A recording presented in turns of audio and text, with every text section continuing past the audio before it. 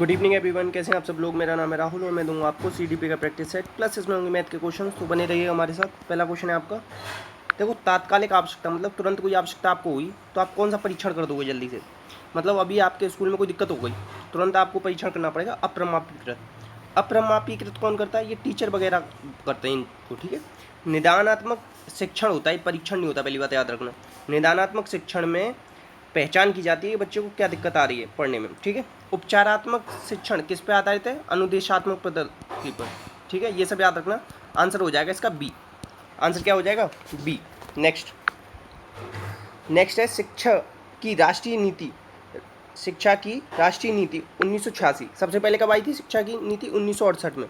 निरंतर और व्यापक मूल्यांकन और डैश चरण से छमाही प्रणाली पर जोर दे दिए। तो किस चरण से, माध्यमिक चरण से। आंसर होगा डी, माध्यमिक लिखा हुआ है वो, ठीक है, माध्यमिक याद रख लेना। आंसर क्या हो जाएगा, डी। और क्या बता सकता हूँ मैं आपको, 1986 की ही ये जो शिक्षा नीति थी ना, इसी की वजह से ब्लैक बोर्ड कार्यक्रम चालू हुआ था 1987 में। ये भी याद रख लें। ये बेसिक जो जितनी सुविधा होती है ना स्कूलों की, उन्हें पूरी करने के लिए था। आंसर डी है इसका। नेक्स्ट क्वेश्चन है आपका, प्राथमिक स्तर पर कविता शिक्षण प्रणाली। देखो प्राथमिक स्तर पर आपको कविता शिक्षण कराना है तो सबसे अच्छी विधि कौन सी है, तो सबसे अच्छी विधि है रसास्वादन। अगर देखो आपको गीत प्रणाली मिल जाती, क्या गीत प्रणाली होता ऑप्शन में, तो आप एक नंबर पर गीत प्रणाली लगाओगे, दूसरे नंबर पर रसास्वादन, और इन दोनों में से कोई नहीं मिलता तो आप अभिनय प्रणाली लगा के आओगे। आंसर हो जाएगा इसका बी, ठीक है। नेक्स्ट है देखो, कहानी शिक्षण की कौन सी विधि में जिसमें कथन के द्वारा ही शिक्षक पूरी कहानी को कर देता है। तो ये कौन सी विधि है बताओ, आपकी कथन विधि है। कौन सी है, कथन विधि, ठीक है। आंसर हो जाएगा डी। अच्छा, चित्र विधि आपने देखी होगी ना, एक कौवा बना हुआ है, अगले में वो पानी पे देख रहा है, फिर वो कंकड़ डाल रहा है, फिर पानी पी रहा है। इस तरीके से चित्रों के माध्यम से दिखाई जाती है वो, ठीक है, वो अलग तरीके से होती है। आंसर है डी। प्रश्नोत्तर विधि किसने दी थी बताओ, सुकरात ने दी थी, ये याद रखना। और प्रश्नावली विधि वो वुडवर्थ ने दी थी, ठीक है। और प्रश्नोत्तर विधि किस पे आधारित है बताओ, ये तो आधारित है लिखित प्रश्नावली, और प्रश्नोत्तर मौखिक। ये सब याद रखना। आंसर इसका डी है। नेक्स्ट, छात्रों की वर्तनी व वर्णागति संबंधी अशुद्धियों को दूर करने के लिए आप क्या लिखाओगे बताओ। सबसे मतलब कोई वर्तनी में अशुद्धि कर रहा है तो आपको क्या करना चाहिए, आपको श्रुतलेख लिखाना चाहिए। क्या लिखाना चाहिए, श्रुतलेख, ठीक है। आंसर होगा डी। सुलेख क्या होता है, वर्णों को लिखवाया जाता है इसमें, ऐसे का ख। सुलेख मतलब होता है अच्छा लेख। अनुलेख में होता है पीछे पीछे लिखता है बच्चा, ठीक है। और प्रतिलेख मतलब एक किताब दे दी उसमें से 2 कॉपी उतारना होता है। आंसर है डी। नेक्स्ट, किस आयोग ने वस्तुनिष्ठ प्रकार की परीक्षा और आंतरिक आकलन के उपयोग पर बल दिया। तो ये किसने दिया था बताओ, तो ये दिया था मुदालियर आयोग। ये कौन लेके आया था, ये लक्ष्मण सिंह मुदालियर लेके आए थे, ये याद रखना, ठीक है। और इनमें किस पे जोर दिया था, वस्तुनिष्ठ और आंतरिक आकलन पे। आया कब था, ये 1952 में आया था। अच्छा, वस्तुनिष्ठ पे और किसने जोर दिया था, 1975 में एनसीईआरटी ने भी जोर दिया था इसके बाद, ठीक है। इसमें ऑप्शन में ही नहीं है एनसीईआरटी, तो आंसर वो तो लगाओगे नहीं। एक चीज़ और याद रखना, वस्तुनिष्ठ जो परीक्षण है ना, सबसे पहले किसने शुरुआत की थी, राइस ने शुरुआत की थी। राइस नाम का व्यक्ति है उसने। आंसर क्या हो जाएगा, बी। अच्छा, कोठारी कमीशन कब आया था, 1964 से 1966 के बीच में आया था, और ये त्रिभाषा सूत्र वगैरह लेके आया था, याद रखना, ठीक है।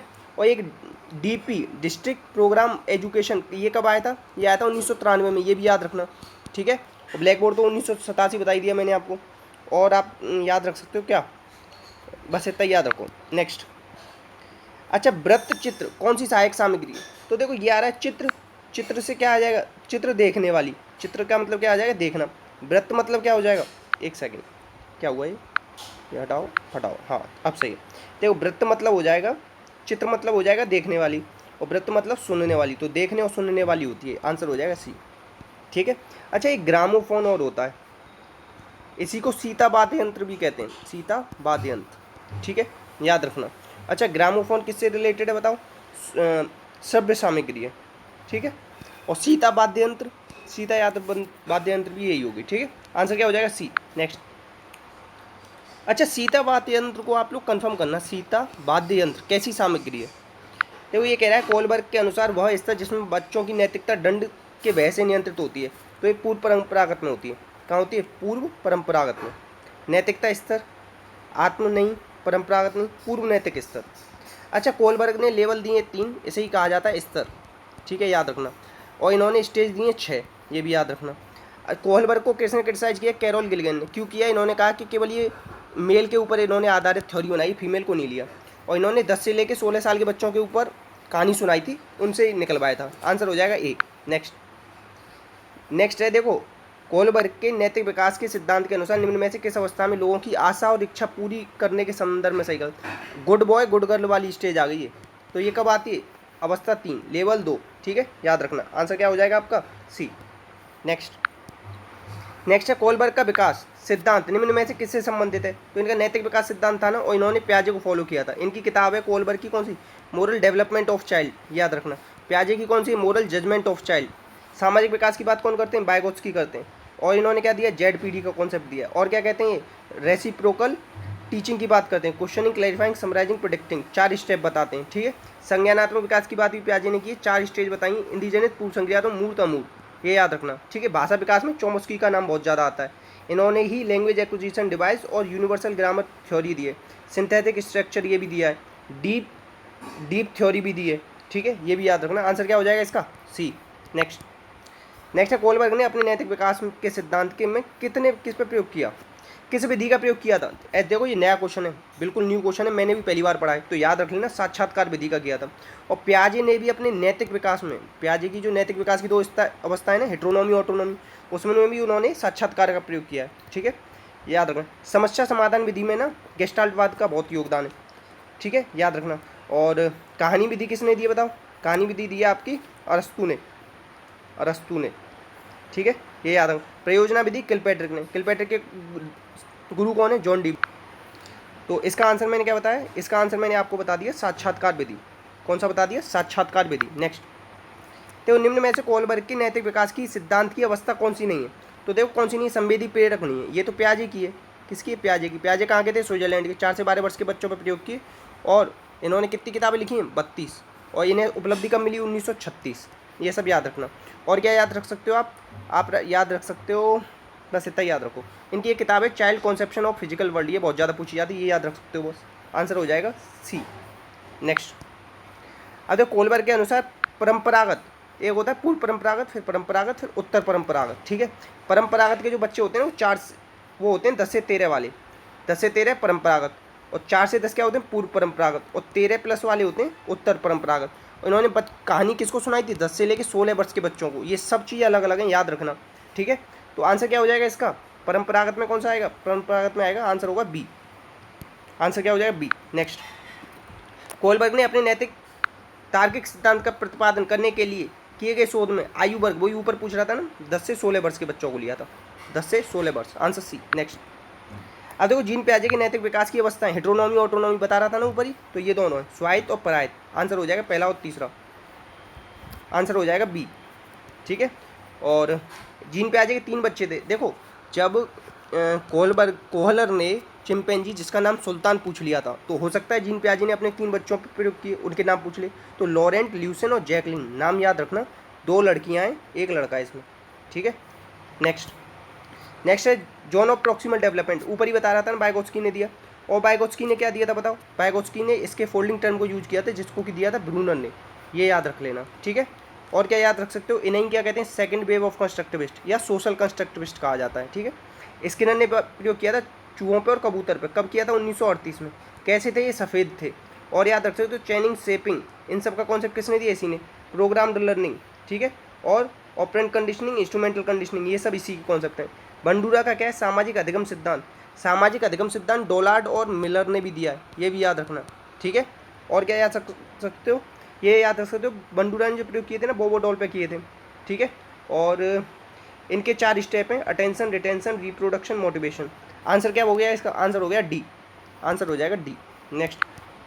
नेक्स्ट है वाइगोत्स्की बच्चों के सीखने को निम्न में से किससे भूमिका मानते हैं? तो इस समाज पे ही तो आधारित है वाइगोत्स्की का, आंसर हो जाएगा डी। वाइगोत्स्की कहाँ के थे? रूस के थे, ये भी याद रख लेना, ठीक है। वाइगोत्स्की लर्निंग पे जोर देते हैं, लर्निंग होगी फिर डेवलपमेंट अपने आप हो जाएगा। पहले लैंग्वेज आएगी फिर थॉट आएगा, शुरुआत में दोनों अलग अलग चलेंगे। नेक्स्ट है वाइगोत्स्की के सिद्धांत में विकास के निम्न में से किसकी उपेक्षा हुई? तो जैविक पे ध्यान नहीं देते। जैविक पे कौन ध्यान देता है?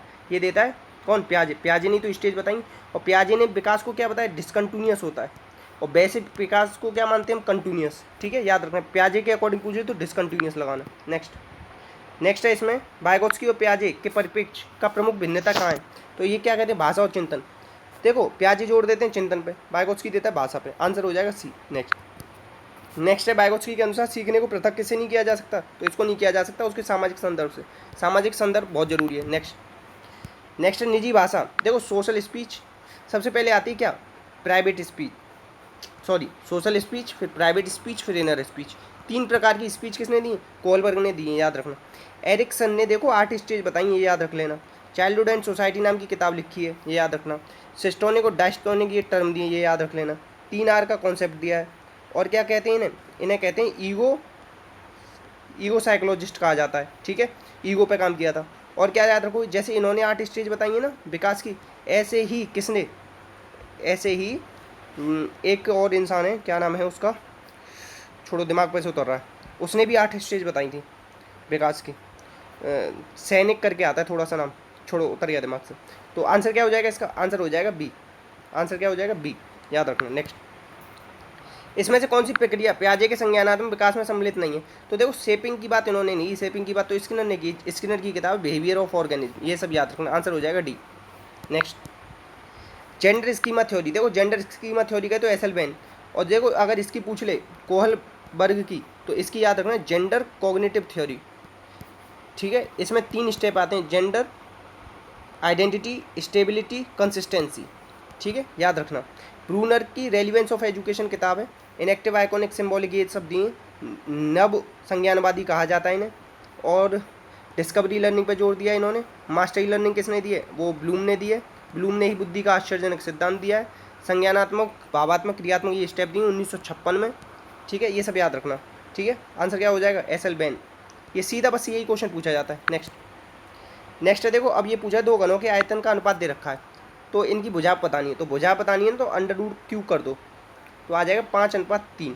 अब ये अगर भुजा दे रखी होती और इसका आयतन पूछ लेता तो इनका क्या निकाल देते, Q कर देते, ठीक है, आंसर हो जाएगा ये।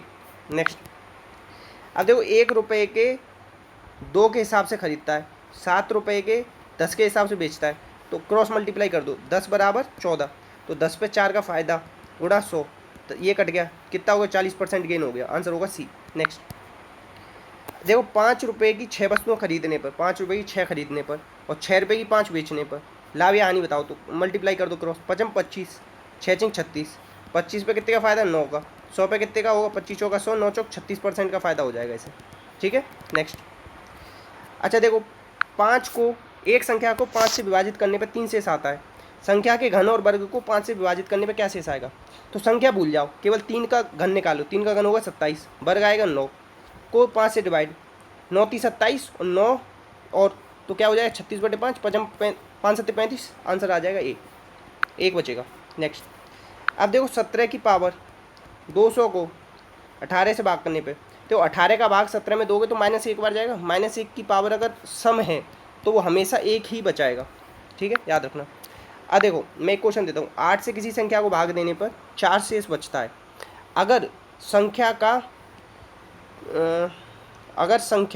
छोड़ो 3 शेष बचता है, 8 से भाग देने पर 3 शेष बचता है। अगर संख्या का क्यूब कर दिया जाए तो कितना शेष बचेगा, ये अगर आपने बता दिया समझ जाऊंगा कि मैथ समझ में आ रहा है आपको। इतना ही, फिर अपना अपनों का ध्यान रखना, और इसी के साथ जय हिंद जय भारत।